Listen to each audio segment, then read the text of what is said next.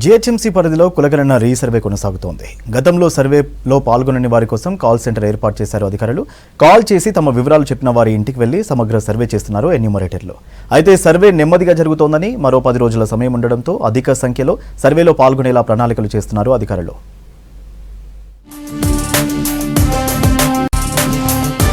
GHMC పరిధిలో కులగణన resurvey స్లోగా సాగుతోంది. వివరాలు ఇవ్వాలనుకునేవారు 040-211-111 నంబర్కు కాల్ చేస్తే ఎన్యూమరేటర్లు వెళ్లి సర్వే చేస్తారని తెలిపారు అధికారులు.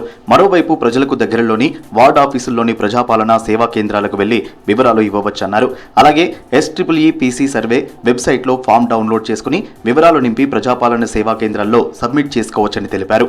ఆదివారం ప్రారంభమైన సర్వేలో అధికారులు ఆశించినంత స్థాయిలో పబ్లిక్ పాల్గొనడం లేదు. జీహెచ్ఎంసీ పరిధిలో సర్వే కోసం ఆదివారం 584, సోమవారం 635 కాల్స్ వచ్చాయన్నారు అధికారులు. సర్వే కోసం ప్రజాపాలన సేవా కేంద్రాలకు పబ్లిక్ ఎక్కువగా రావట్లేదంటున్నారు. ఆది సోమవారాల్లో గ్రేటర్ పరిధిలో 306 కుటుంబాలకు సర్వే పూర్తి చేశారన్నారు అధికారులు.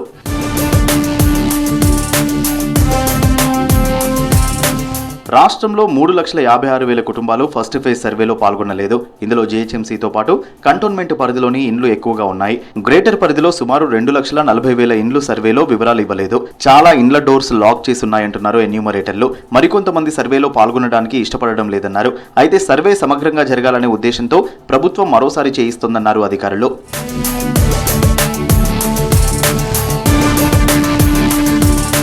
జీహెచ్ఎంసీ పరిధిలో వచ్చే కాల్స్ డీటెయిల్స్ ను ఆయా సర్కిల్ ఆఫీసులకు పంపిస్తున్నారు. రీసర్వేలో పాల్గొని వివరాలు నమోదు చేసుకోవాలని సూచిస్తున్నారు అధికారులు.